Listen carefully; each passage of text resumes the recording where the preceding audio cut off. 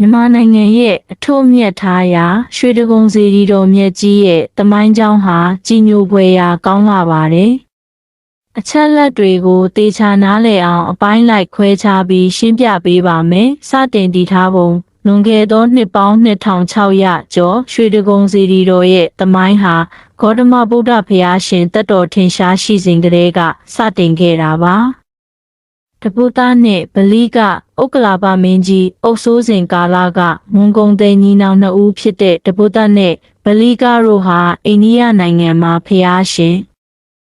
ကိုပြမွန်စွန်ကတ်လူခဲ့ကြပါတယ်။စံတော်ရှိစုဘုရားရှင်ကဂုံသိန်းညီနောင်ကိုကိုးကွယ်စည်းကပ်ဖို့အတွက်စံတော်ရှိစုကိုပေးသနာတော်မူခဲ့ပါတယ်။တိန်ကုတ္တရာကုန်းတော်ဂုံသိန်းညီနောင်တို့စံတော်တွေကိုပြန်လည်ပေးဆောင်လာပြီးဥက္ကလာပမင်းကြီးရဲ့အကူအညီနဲ့တိန်ကုတ္တရကုန်းတော်ပေါ်မှာဌာပနာတိုက်တည်ပြီးစေတီတော်ကိုစတင်တည်ထားခဲ့ပါတယ်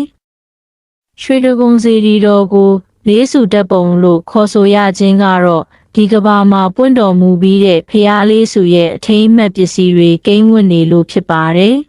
။တက်ကကုတဏမြတ်စွာဘုရားဤတောင်ဝေးတော်နှင့်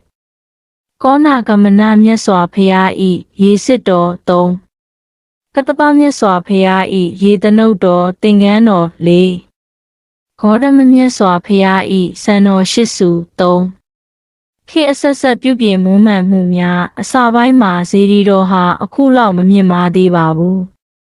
ခေအဆက်ဆက်မင်းကြီးမင်းသားတွေကထမှန်ငုံပြီးတည်ခဲ့ကြတာပါမညာဦးမင်းနဲ့ရှင်စောဖို့ဟန်တာဝရီမင်းဆက်တွေဖြစ်တဲ့မညာဦးမင်းနဲ့အထူးသဖြင့်ရှင်စောဘမင်းသမီးကြီးတို့လက်ထက်မှာစေရီတော်ကိုအခုမြင်တွေ့ရတဲ့ပုံစံနီးပါးမြင့်မားအောင်မွမ်းမံခဲ့ကြပါတယ်။ဓမ္မစေတီမင်းရှင်စောဘူးရဲ့တာမတ်ဖြစ်သူဓမ္မစေတီမင်းကတော့စေရီတော်ကြီးကိုရွှေစစ်တွေနဲ့ကတ်လူပူဇော်ခဲ့သလိုနမေကျော်ဓမ္မစေတီခေါင်းလောင်းကြီးကိုလည်းတွန်းလှုပ်လှူဒန်းခဲ့ပါတယ်။ဒီခေါင်းလောင်းကြီးဟာနောက်ပိုင်းမှာမြစ်ထဲကိုနစ်မြုပ်သွားခဲ့တာဖြစ်ပါတယ်။၄ဇေရီတော်ဤတိဆောက်ပုံအနှစ်ချုပ်ညံတော်အမြင့်69မီတာ325ပေခန့်ရှိပါတယ်။ရွှေပြားများဇေရီတော်တစ်ကိုယ်လုံးကိုရွှေပြားအစစ်တွေနဲ့ကတ်လူထားတာပါ။စိန်ဖူးတော်အထိပ်ဆုံးမှာရှိတဲ့စိန်ဖူးတော်ကြီးမှာ86